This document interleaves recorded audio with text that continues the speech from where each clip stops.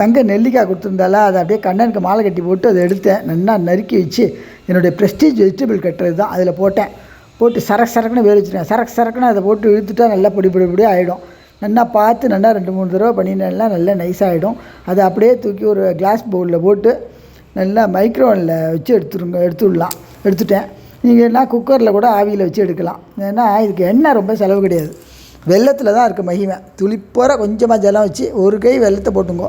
உங்களுக்கு தேவைப்பட்ட மாதிரி பண்ணிடலாம். இப்போ மைக்ரோவனில் நல்லா வெந்துருத்து.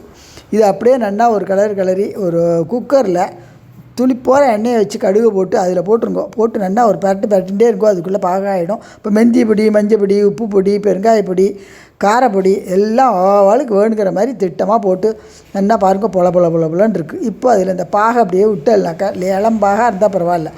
போட்டு நல்லா சிம்மில் வச்சு போக வர கலர் நல்லா அல்வா மாதிரி ஆகிடும்.